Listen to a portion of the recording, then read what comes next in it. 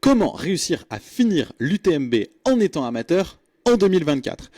C'est l'objet de cette vidéo, une proposition de lecture de ce qui s'est passé cette année, sachant que les résultats et finir l'UTMB en étant amateur, peut-être pour une des premières fois depuis quelques années, en 2024, ça veut dire remonter jusqu'au premier et jusqu'au vainqueur qui était amateur. Pourquoi cette vidéo? Pour potentiellement célébrer et partager la beauté d'une passion et aussi pour essayer de la rendre plus accessible, de rendre l'ultra plus accessible. Alors on va commencer par analyser quelques données, en proposer une lecture. La conclusion, je vous la donne, c'est qu'est-ce que veut dire et pourquoi est-ce que potentiellement c'est le fait d'avoir un ultra équilibre, en 3 mots, qui permettrait de réussir en tant qu'amateur à finir l'UTMB. On répond en 3 temps. Le premier temps, c'est est-ce que finalement, réussir l'UTMB en tant qu'amateur, est-ce que c'est une question de fatigue?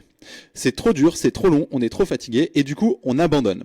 Pour ça, analysons les stats d'abandon de cette année et on va les comparer avec les années précédentes. Il y avait 2761 partants sur l'UTMB cette année. 1001 coureurs et coureuses n'ont pas fini et n'ont pas passé la ligne d'arrivée à Chamonix. Ça fait 36,3% des partants. C'est relativement beaucoup, entre guillemets, ça fait plus d'un tiers des personnes qui ne finissent pas. Est-ce que c'est particulier à cette année? Cette année, c'était 36,3% de partants qui abandonnent. En 2023, c'était 35%. Ça a toujours été entre 30 et 40% sur les éditions classiques sans parcours de repli. 2016, la seule année où on était à plus de 40%.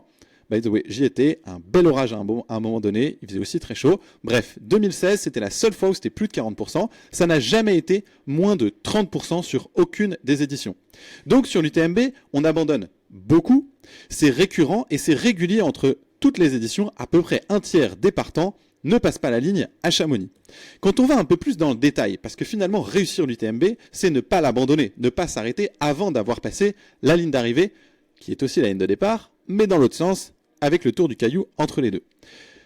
Ces abandons, s'ils sont nombreux, constants et réguliers, ils ont toujours en proportion plus lieu entre Courmayeur et Champey. Donc entre ces deux bases vies qui sont à peu près le deuxième tiers de course. C'est 60% des abandons de 2024 contre 62% des abandons en 2023.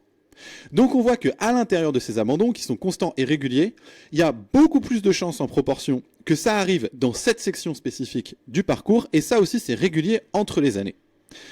À titre de comparaison, je ne vous l'ai pas mis dans le slide, mais en 2023, sur 13 100 miles courus en Europe du circuit UTMB, la moyenne des abandons dans ce deuxième tiers de course, ou plutôt dans ce troisième quart de course, exactement l'analyse que j'avais faite, c'était 47% en moyenne. Donc on voit que là c'est renforcé à l'UTMB entre Courmayeur et Champey, sinon sur 2023, sur 13 100 miles européens, en moyenne c'est 47% des abandons qui ont lieu dans le troisième quart de course. Donc l'abandon n'est pas uniforme tout au long de la course. La deuxième chose sur ces abandons et leur répartition, c'est que une fois qu'on a passé Champey, au kilomètre, je crois que c'est 140 et quelques, on a 97% de chances de terminer. Donc grosso modo, c'est un peu comme si on disait, à partir du moment où on met un pied après Champey, grosso modo, on peut terminer. Donc ça, c'est hyper important et hyper intéressant de voir que les abandons, ils ont beaucoup plus lieu entre Courmayeur et Champey, deuxième tiers, voire troisième quart de course. Par contre, dès qu'on passe le troisième quart, dès qu'on passe Champey, on a beaucoup moins de chances d'abandonner. Grosso modo, est-ce de là à dire et à faire un raccourci qu'il faut se faire pousser de Champey pour réussir à terminer? Pourquoi pas? Si on compare en 2023 les 13 100 miles européens, on n'est pas à 3% de chance d'abandonner dans le dernier quart, on est à 10% de chance. Donc en plus, c'est assez spécifique à l'UTMB et c'est renforcé, on a encore moins de chances d'abandonner après Champey que dans le dernier quart des autres 100 miles européens du circuit UTMB World Series, du moins l'année dernière. Donc la conclusion ici, ça a l'air d'être vers la fin, ça passe, et plus qu'ailleurs, surtout à l'UTMB. Et pourtant, pour ceux qui l'ont déjà fait, ou pour ceux qui ont conscience de ce qui se passe, c'est pas rien après Champey. C'est-à-dire que c'est pas tout plat pendant 10 km. Il reste quasiment un marathon à faire, et en plus avec 2,5 maintenant, mais avant, jusqu'à il y a 2 ans, 3 très belles bosses, et tous ceux qui sont montés au Tsep, tous ceux qui sont partis juste après le ravitaillement de Trien aussi, mesurent à quel point les pourcentages et le dénivelé à faire, en plus de la distance de plus de 40 km, c'est pas rien. Donc, a priori, c'est pas le parcours qui justifie ça. Et c'est pas non plus la fatigue. Et c'est là où je voulais en venir. Est-ce que c'est une question de fatigue et on abandonne finalement parce qu'on est trop fatigué?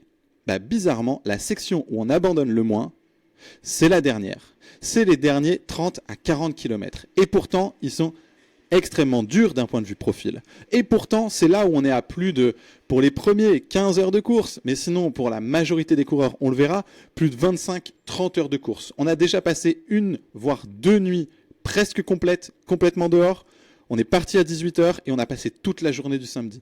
Donc, a priori, le fait de terminer l'UTMB, quand on regarde ces abandons, c'est, si on veut lutter contre, passer Champais, et ce n'est pas une question de fatigue.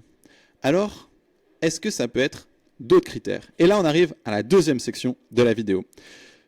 Est-ce que c'est une question d'UTMB index, donc de niveau de performance? Est-ce que c'est une question d'âge?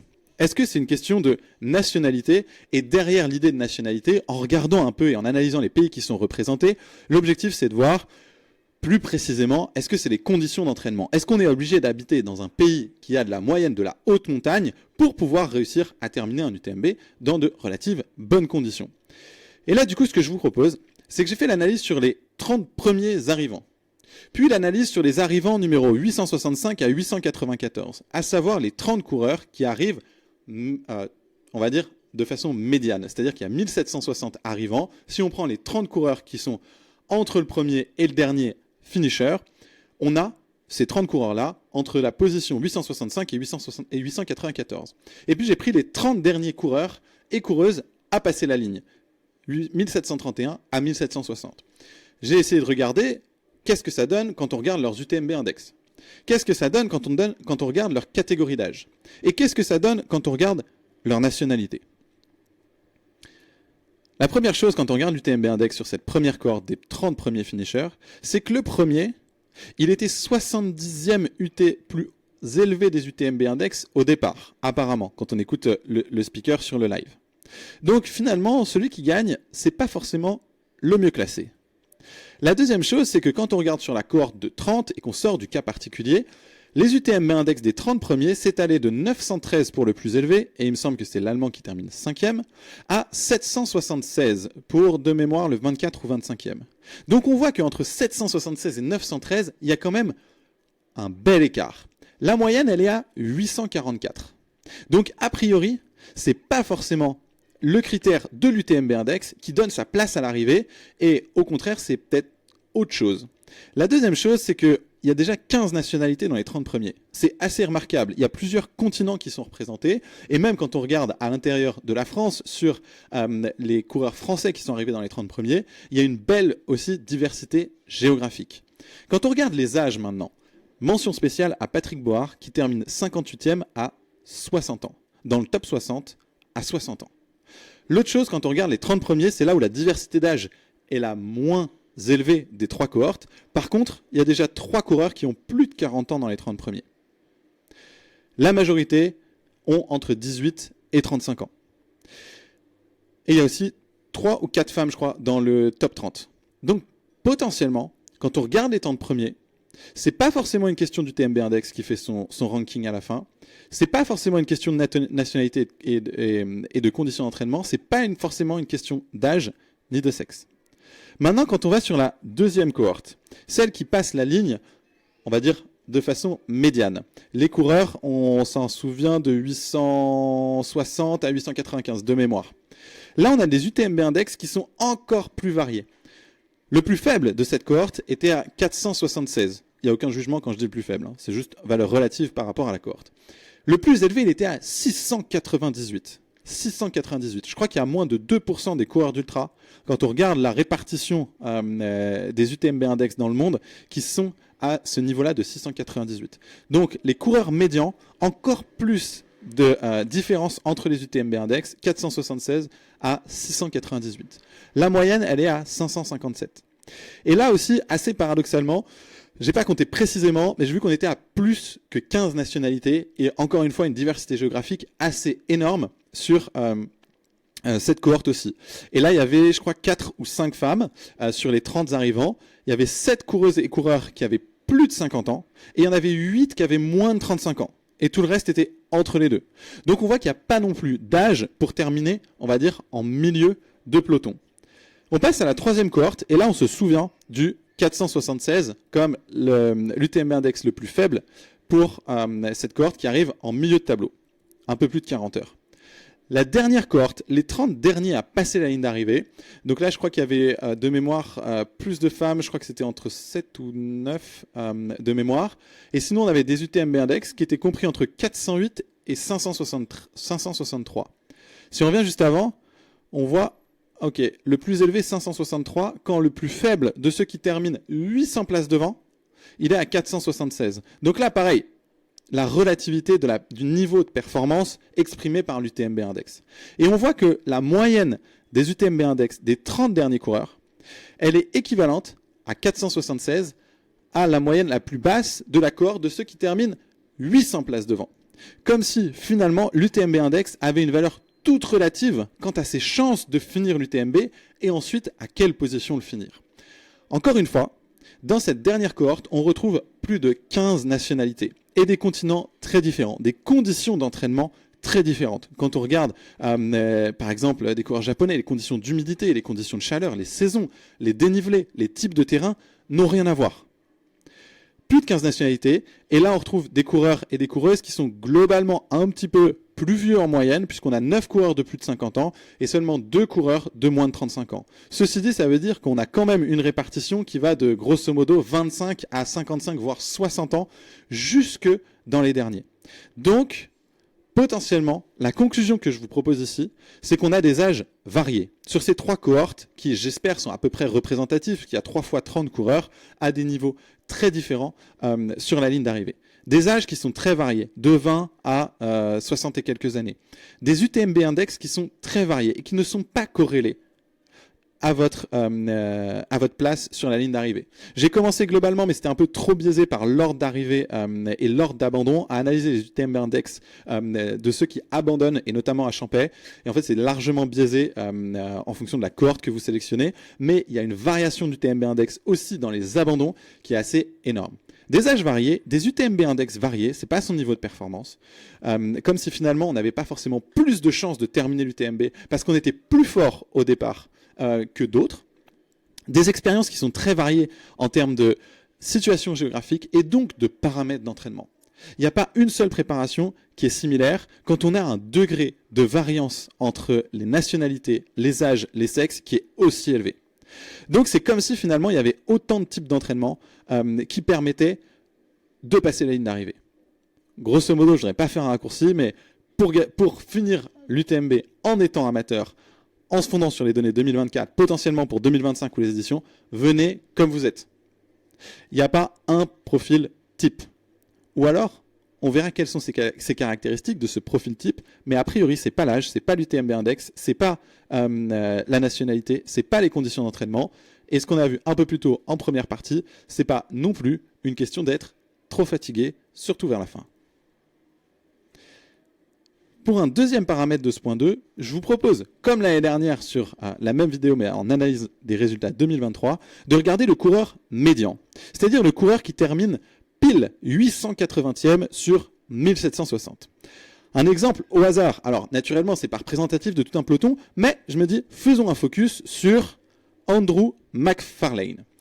Donc, Andrew McFarlane, il termine en 40h34. C'est grosso modo 2 fois le temps du premier, puisque Vincent Bouillard, il termine en 19h54. Donc, c'est 2 fois le temps du premier. Ça donne une idée de ce qu'est la réalité pour l'écrasante majorité des coureurs et des finishers de l'UTMB de ce qu'est cette épreuve. C'est plus de 40 heures.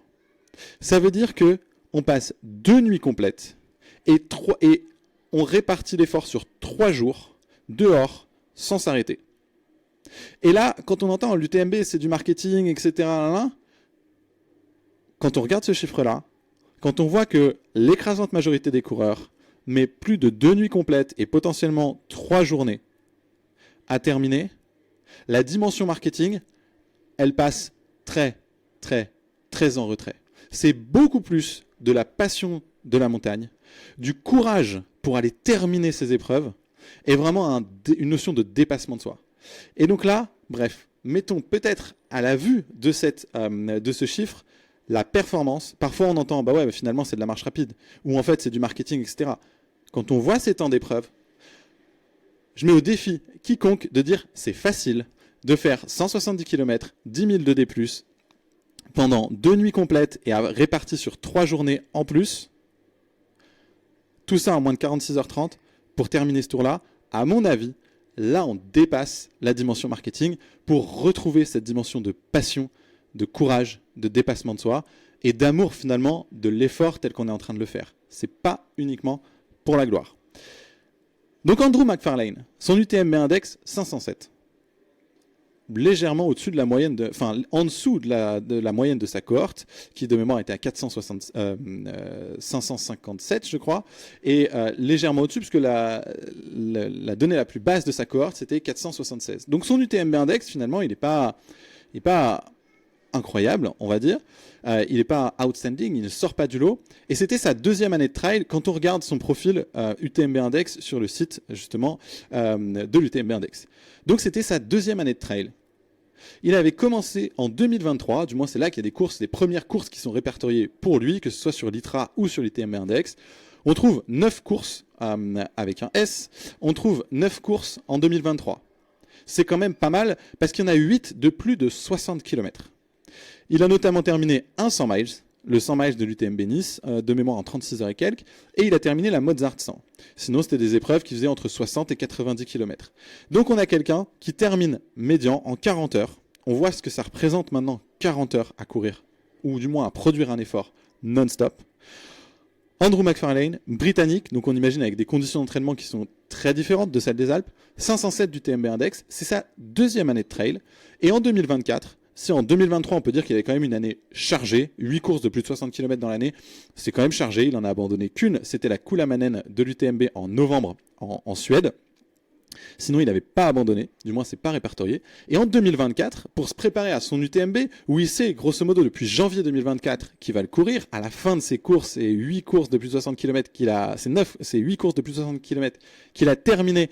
La dernière il a terminé en décembre, il a quasiment couru tous les mois plus de 60 km en 2023. Il a la réponse fin janvier 2024 qui va courir l'UTMB et qu'il est pris au tirage au sort. Et en 2024, il fait 2 courses avant l'UTMB.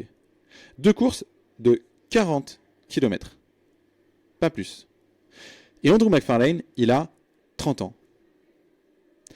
Et là, je propose d'utiliser ce cas, mais on le voit aussi pour le premier. C'est pas le nombre d'éditions de l'UTMB que vous avez fait qui augmente, on va dire, augmente vos chances, si potentiellement, mais qui est indispensable pour terminer ou qui vous donne une garantie supplémentaire de terminer ou de bien figurer.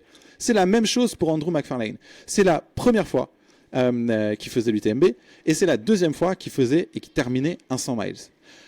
Ça remet aussi en perspective 2 ans de pratique, un seul 100 miles, et on termine l'UTMB, et plutôt bien, puisqu'on est dans le temps médian, 880e, c'est quand même gros respect.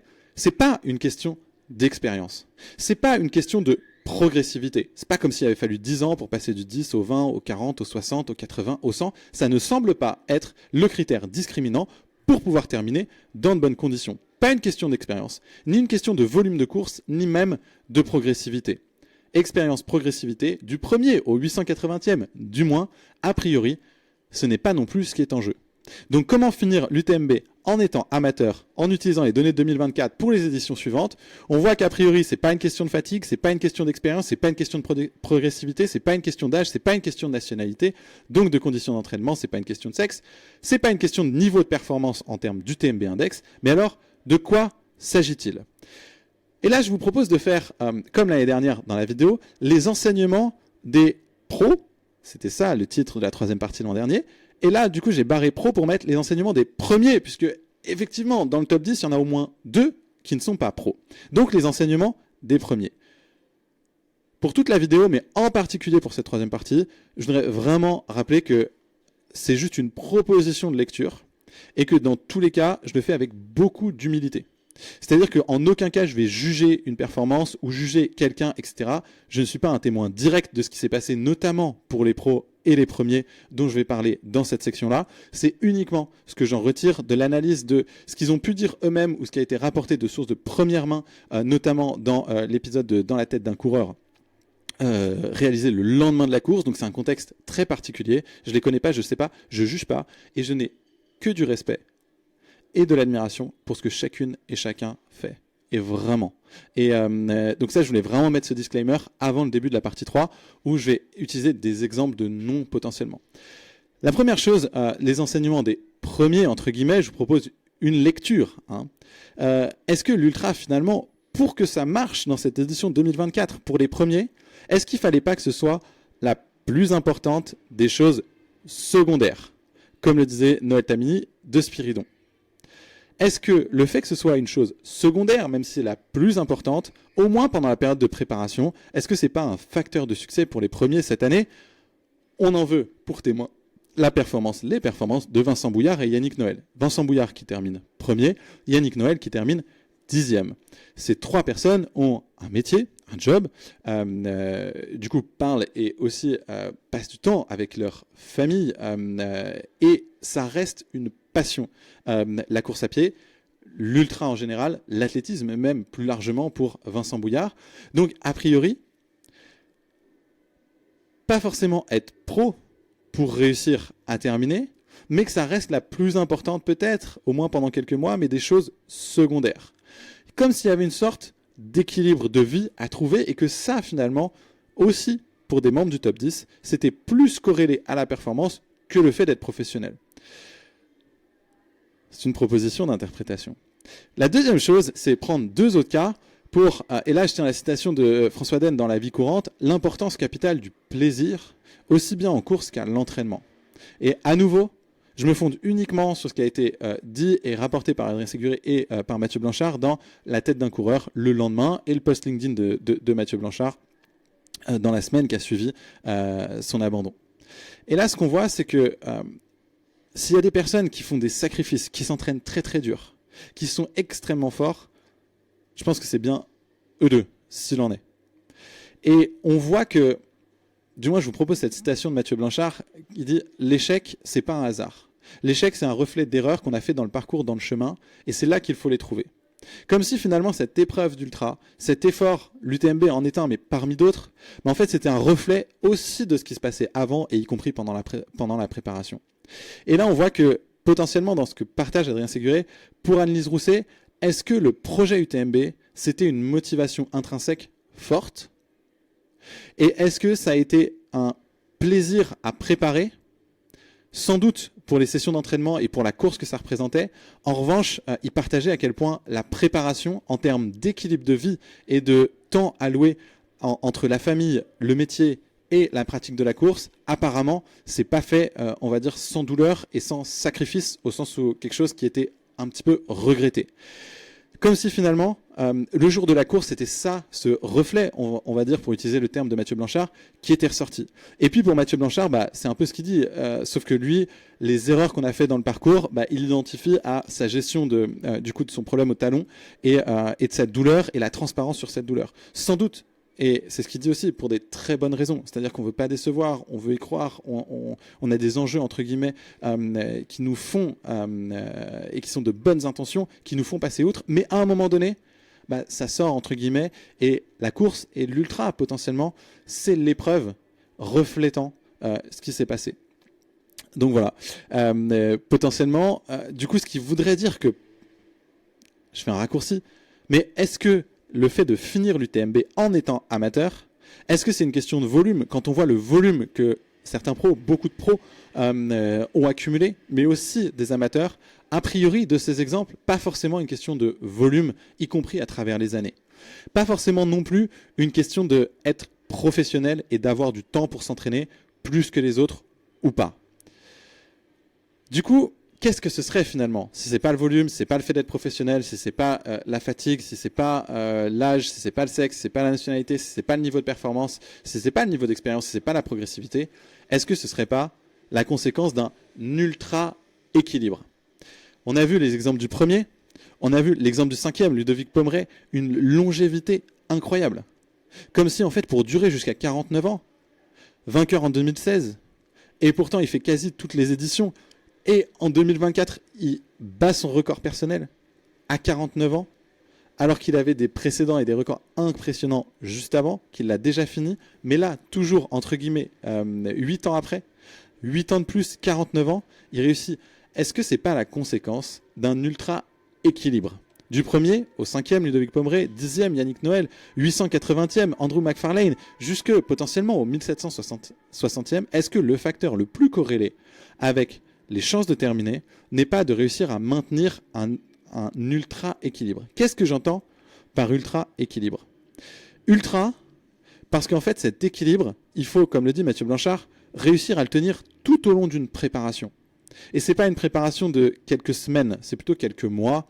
La plupart du temps, on voit à Vincent Bouillard, sa préparation, il dit, elle commence à la fin de l'année précédente, spécifique pour cette UTMB, pour ce projet-là. Donc, tenir un équilibre pendant toute une préparation et pour pouvoir le tenir ensuite pendant toute une épreuve de 170 km. Qui en est le reflet, finalement, de est-ce qu'on a réussi à trouver et à maintenir notre équilibre pendant la préparation. Et donc, c'est pour ça que j'ajoute ultra devant équilibre. Parce que réussir à le tenir aussi longtemps, pendant des mois, tout au long d'une préparation, puis pendant une épreuve, pendant 170 km, 2 jours à minima et une nuit complète, c'est incroyable. Et c'est un peu ce que Vincent Bouillard, potentiellement, a réussi à faire. C'est-à-dire que, dès le début, toujours dans les 10 premiers, et puis il prend la tête, et puis il creuse un peu l'écart, et puis il maintient. C'est comme si, à chaque point d'étape de sa course, il avait validé, ok, j'y suis, je suis toujours là, je suis toujours là, je suis toujours là, je suis toujours là, jusqu'à l'arrivée en moins de 20 heures. C'est fantastique. Donc, voilà pourquoi ultra. Il faut réussir à le maintenir pendant 170 km. Et on le voit, hein, si vous avez suivi, la situation de course, quand on se couche, même tard, le vendredi soir, n'a plus rien à voir avec la situation quand on se réveille, même tôt, le samedi matin. Donc, voilà pourquoi ultra. Et ensuite, équilibre en 2 mots. Le premier de équilibre, on l'a vu, c'est que, a priori, le fait que, comme c'est un reflet, le fait qu'on réussisse et que la nationalité, les conditions d'entraînement, l'expérience, la progressivité ne semblent pas être des critères, finalement, c'est beaucoup plus peut-être le critère qui est l'équilibre.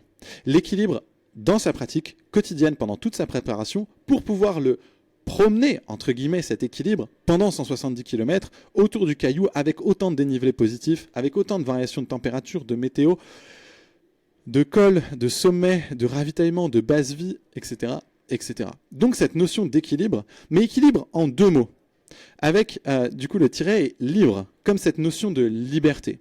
Liberté dans la pratique, dans la façon dont on la voit, la plus importante des choses secondaires. Ce qui ne veut pas dire qu'il faut jamais être professionnel ou quoi, ou que je juge ceux qui sont pros, loin de là. Ça veut dire que potentiellement, pour certains profils et pour certaines personnes, pour que ça marche, dans son équilibre, ça ne devient pas la chose numéro 1 qui passe avant les autres, mais ça reste la plus importante des chances secondaires. C'est en la maintenant à cette place-là, et quand on est amateur, a priori, ça reste une chose secondaire, puisqu'on a une vie sociale, une vie familiale, une vie professionnelle potentiellement, ça reste une chose secondaire, peut-être la plus importante, mais secondaire. On a une certaine forme de liberté par rapport à sa pratique. C'est pas seulement une performance le jour J, ou pas seulement une question de volume d'entraînement, d'intensité d'entraînement, de performance dans les courses passées, de nombre de courses passées, de nombre d'années pendant lesquelles on a pu les répéter. C'est bien plus une question d'aventure le jour J. C'est pas la fatigue. Quand vous passez Champais pour en avoir discuté avec des coureurs, y compris que j'accompagne, mon expérience perso, après Champais, c'est là où paradoxalement, potentiellement, on a peut-être le plus de douleur, ou peut-être le plus de fatigue, etc. Mais en vrai, on se sent frais. On est déterminé, entre guillemets, comme jamais, et mine de rien, un peu un état de flow, parfois et très souvent, dans cette dernière partie. Et c'est un peu la partie la plus aventurière, entre guillemets, et qui, pour moi, du moins de façon personnelle, je retrouve sur ces épreuves de 100 miles spécifiquement, dans cette catégorie-là, quand on passe significativement le pas des 24 à 30 heures de course. Donc un équilibre, une forme de liberté dans la pratique, une forme de liberté aussi dans le milieu naturel. Il ne faut pas l'oublier, derrière les images, maintenant c'est filmé en continu, l'UTMB, etc. 2 choses. La première, c'est que c'est filmé, mais pas partout. Même si on a l'impression qu'il y a beaucoup de monde à chaque endroit où c'est filmé, au ravitaillement, aux bases vie, à l'arrivée, au départ, il ne faut pas oublier que ça dure 40 heures. Que pendant ces 40 heures, on en voit du paysage. C'est un milieu très, très très naturel. Par exemple, très très peu de coureurs voient leur assistance entre Courmayeur et la Foulie. C'est compliqué d'accès, c'est quand même assez sauvage, etc. Donc liberté dans la pratique, liberté au sens évolution dans un milieu naturel et relativement préservé. Voilà pourquoi ultra équilibre. Donc finalement, comment réussir à finir l'UTMB en étant amateur, en utilisant les données ou une lecture des données 2024 pour préparer les potentielles suivantes? Finalement, ce n'est pas forcément tous les critères qu'on a vus jusqu'à maintenant, mais est-ce que ce ne serait pas beaucoup plus corrélé à son plaisir dans la préparation comme le jour J, le plaisir, faire que ce soit agréable, qu'on ait envie, plaisir de courir, mais couplé à une envie spécifique de faire cette épreuve-là, c'est-à-dire que c'est vraiment une motivation intrinsèque, c'est un projet personnel, j'ai envie de faire cette course-là plutôt qu'une autre, et pas j'y vais juste parce qu'il y a un nom, parce que voilà, ça fait bien sur un CV, ou etc., mais plaisir personnel pendant la préparation et le jour J pour ce type d'effort-là, envie que ce soit cette course, à ce moment-là, cette année-là, plutôt qu'une autre, faire rentrer le tout dans son équilibre de vie, dans sa façon de mener sa vie, peu importe où on habite. Est-ce que c'est pas ça la clé vers l'accessibilité de ce sport? Vers le fait que, entre guillemets, c'est ça la potentielle clé, le facteur le plus corrélé avec le fait de passer la ligne d'arrivée en étant amateur.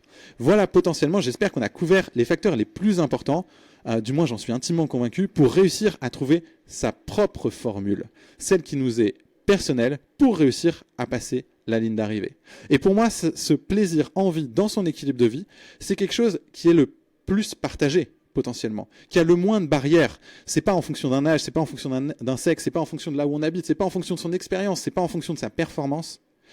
C'est en fonction de paramètres qui sont beaucoup plus partagés que cela. Et c'est en cela que je considère que l'ultra peut être beaucoup plus accessible que ce qu'on voit de l'extérieur quand on regarde un UTMB notamment. Et pour terminer, ce que je vous propose, c'est encore une fois de prendre les citations de Vincent Bouillard, extraites de son podcast Dans la tête d'un coureur le lendemain, où ce qu'il dit, et ça peut être potentiellement une définition de l'ultra-équilibre, de ce que ça peut être, il dit avant la course, même avant l'idée de faire la course, de savoir est-ce que je m'engage dans ce projet-là ou est-ce que je veux le faire, être sûr que l'équation, elle rentre avant de se lancer. Elle rentre vis-à-vis de ses proches. Et lui, il parle de, ok, j'ai consulté ma femme, j'ai aussi vu professionnellement qu'est-ce que ça avait comme impact, vie sociale, etc. Être sûr que l'équation, elle rentre avant de se lancer. Ensuite, pendant la préparation, j'en ai noté une, il faut que ce soit agréable. Cette notion de plaisir. A priori, c'est simple, il faut que ça me fasse plaisir. Mais ce qui ne veut pas dire que c'est facile au quotidien de respecter ce plaisir-là, de toujours être dans ce niveau de plaisir et pas je me force à y aller parce que j'imagine que c'est ça qu'il me faut pour terminer le jour J. Non. Cet ultra, ce format de 100 miles, c'est un reflet de tout ce qui va se passer. Si un jour on se force, forcément on va, je caricature un peu, mais le payer à un moment donné dans la course. Donc en préparation, il faut que ce soit agréable, dit Vincent Bouillard. Et puis le jour J, moi, ma course, mon rythme et comment je me sens. Et finalement, c'est pour moi, ma course, mon rythme et comment je me sens. Je ne fais pas ma course en fonction des autres, je ne fais pas ma course en fonction des barrières horaires, je ne fais pas ma course en fonction de est-ce qu'un tel m'a dépassé ou pas, est-ce que par rapport à mon temps de référence ou pas, est-ce que par rapport à mon classement. Non, moi, pas les autres, ma course, qu'est-ce que j'ai envie d'y faire et comment je veux la vivre. Est-ce que je veux m'arrêter là 10 minutes, est-ce que là je veux repartir à courir ou pas. Ma course, mon rythme, c'est ça la validation de son ultra-équilibre, y compris à chaque instant de la course, c'est trouver son propre rythme adapté à cet instant-là, ça boussole un petit peu, et comment je me sens. Et les facteurs pour réussir, c'est réussir à trouver comment je me sens, à être en adéquation avec ça pendant 170 km à travers le Tour du Mont Blanc. Voilà, pour conclure, encore une fois, en toute humilité, c'est une proposition d'analyse qui m'est strictement personnelle. C'est pas valable pour tout le monde, c'est pas une vérité absolue, et je reste vraiment très très humble là-dessus. J'espère juste que vous avez senti beaucoup de passion et d'amour finalement pour cette épreuve et tout l'effort que ça représente et le partage et le fait de le partager aussi avec du coup tous les gens qui partagent cette même passion ou qui s'y intéressent pour essayer de contribuer à le rendre plus accessible, ce sport. Il ne faut pas être un surhumain ou un extraterrestre ou un alien. Au contraire, c'est beaucoup plus comment est-ce que j'ai plaisir, envie. Et ça, c'est les clés de l'accessibilité. Voilà pour cette analyse 2024 de l'UTMB côté amateur. Merci beaucoup et à très vite.